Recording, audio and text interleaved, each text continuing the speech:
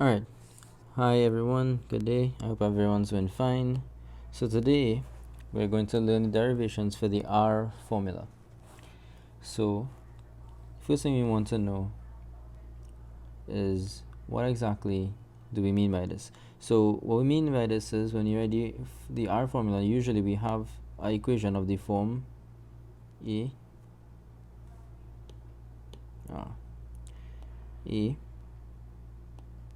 cos theta plus B sine theta. So usually we want to write this in a particular form. This form is usually R something bracket theta plus or minus and alpha of the sort. Now this could be cos or it could be sine, right?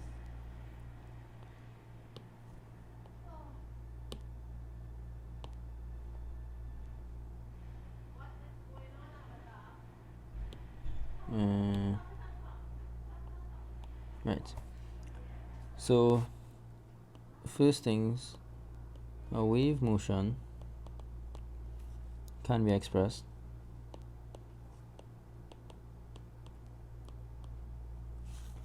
in one of four forms.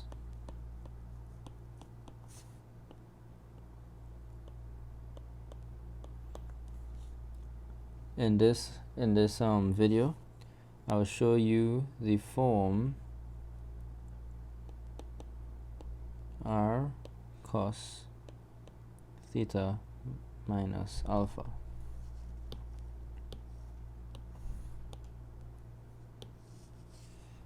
Okay, so let's consider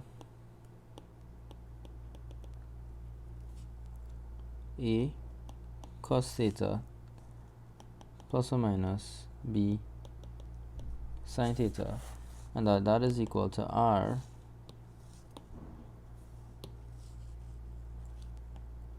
cos theta. Now because it's cos, it would be minus plus alpha, right? So essentially we want to get this in this form, right? Just to correct myself, because of this you would put minus here. So plus minus would be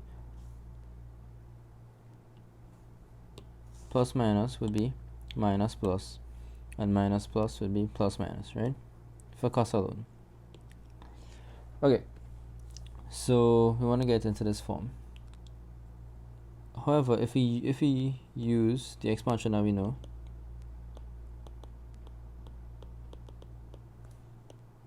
of cos A minus B, where A is equal to theta and B is equal to alpha,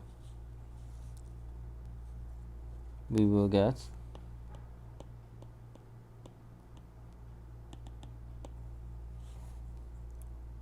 A cos theta plus B sine theta. Now I'm just gonna edit the view slightly.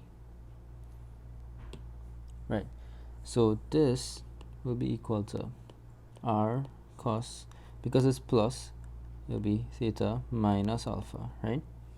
And this, because we know the rule of cos, it will be cos theta cos alpha plus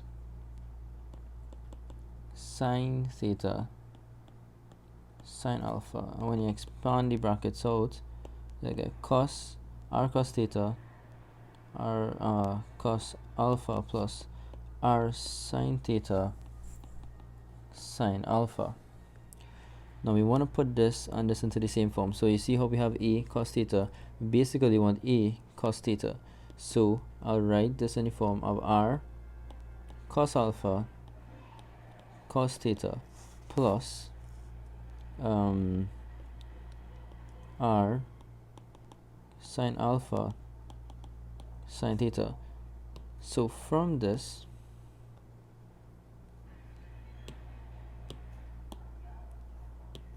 we can actually see that A is equal to r cos alpha, and that b is equal to r sine alpha. So if I want to call this equation 1 and I call this equation 2, right, then wouldn't a squared be r squared cos squared alpha, and therefore b squared will be r squared sine squared alpha, right? And so therefore if we consider a squared plus b squared, right, wouldn't it be r squared cos squared alpha plus r squared sine squared alpha? But if we factorize out r squared, we get cos squared alpha plus sine squared alpha, which really is 1. So therefore a squared plus b squared is equal to r squared. But because we want to get it into the form of r cos, we actually want a value of r. We don't really want a value of a or b. So therefore we want to find r, so therefore r will be a squared plus b squared, but the square root of a squared plus b squared. Now normally you would have plus or minus, but in this case we only remain with a positive, since r is more than 0.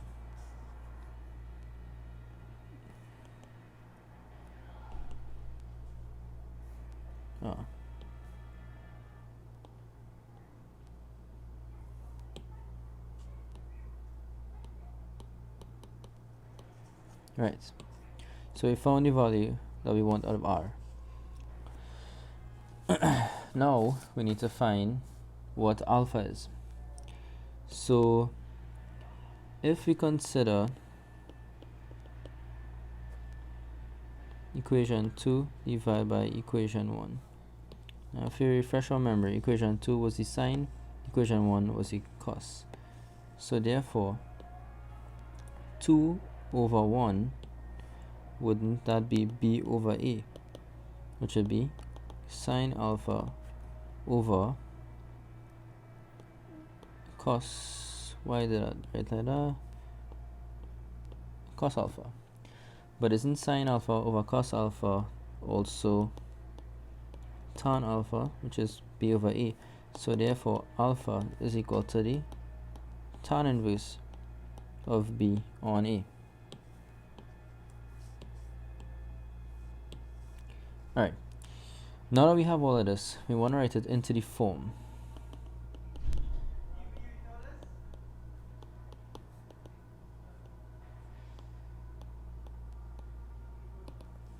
Right? So we know we start with a cos theta plus b sine theta.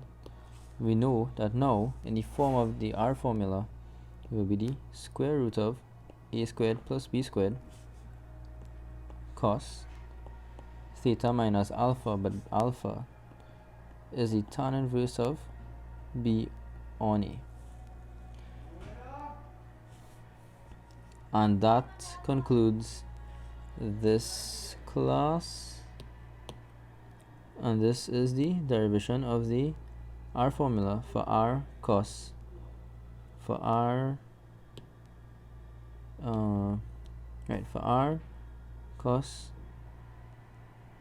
theta plus or minus alpha.